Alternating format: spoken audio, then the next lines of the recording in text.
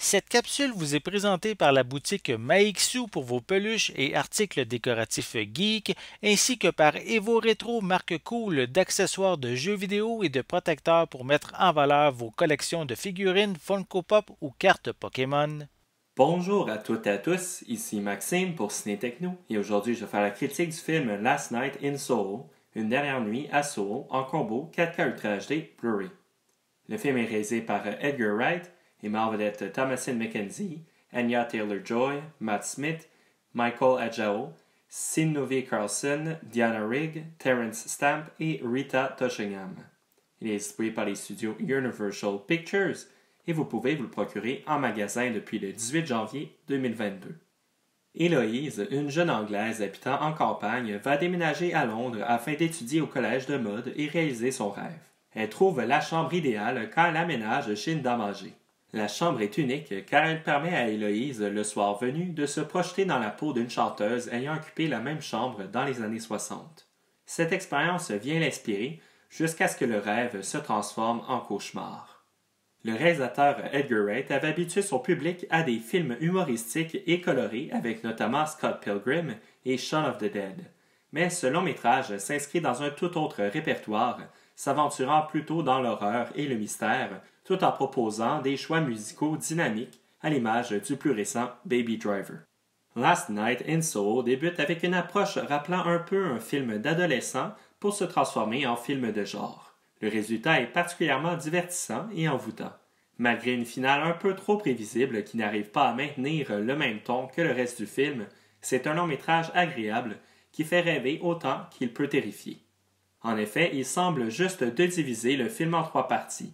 La première plutôt légère qui finit par basculer dans l'horreur pour que le tout se résout dans une dernière partie décevante qui n'a pas le rythme proposé précédemment. Le momentum proposé au début, autant dans l'action que le visuel, finit par s'essouffler et laisser place à quelque chose de fade. Cependant, cela n'enlève pas que les deux premières parties sont tout simplement jouissives. Le réalisateur va susciter la nostalgie avec finesse en proposant des succès musicaux des années 60 jumelés à une direction artistique flamboyante pour basculer dans la désillusion proposant une expérience troublante et anxiogène au public. Les faiblesses scénaristiques arrivent à se faire oublier grâce à l'atmosphère et l'esthétique du film qui prennent le dessus. Thomasin McKenzie offre une performance convaincante dans le rôle d'Héloïse.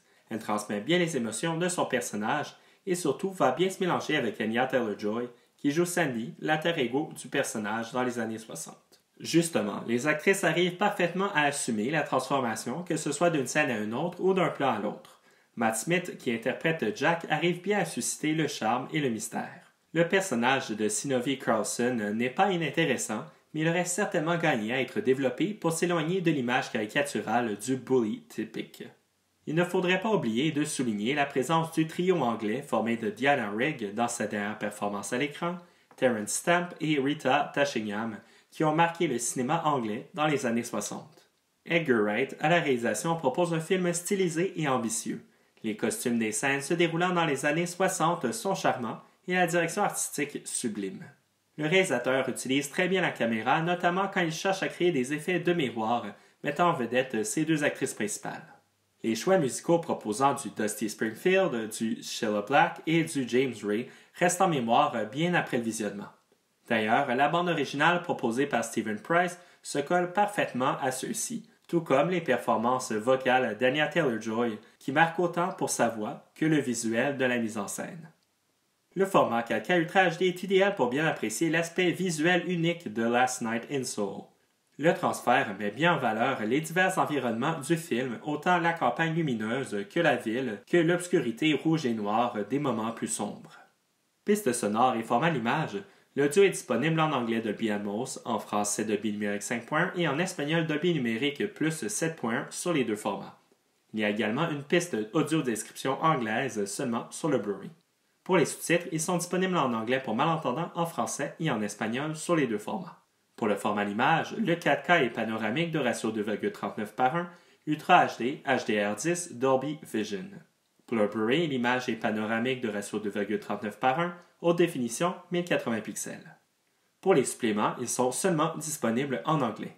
Tout d'abord, il y a deux pistes de commentaires audio, une avec le réalisateur, l'éditeur et le compositeur, ainsi qu'une deuxième avec le réalisateur et sa co-scénariste. Ensuite, il y a des scènes supprimées, une série de making-of featurettes, la première qui présente le personnage d'Héloïse, la deuxième qui présente les personnages de Sandy et Jack, une troisième qui aborde la création artistique, suivie d'une autre sur les lieux de tournage du film, et finalement une dernière sur le travail nécessaire pour ramener le public aux années 60.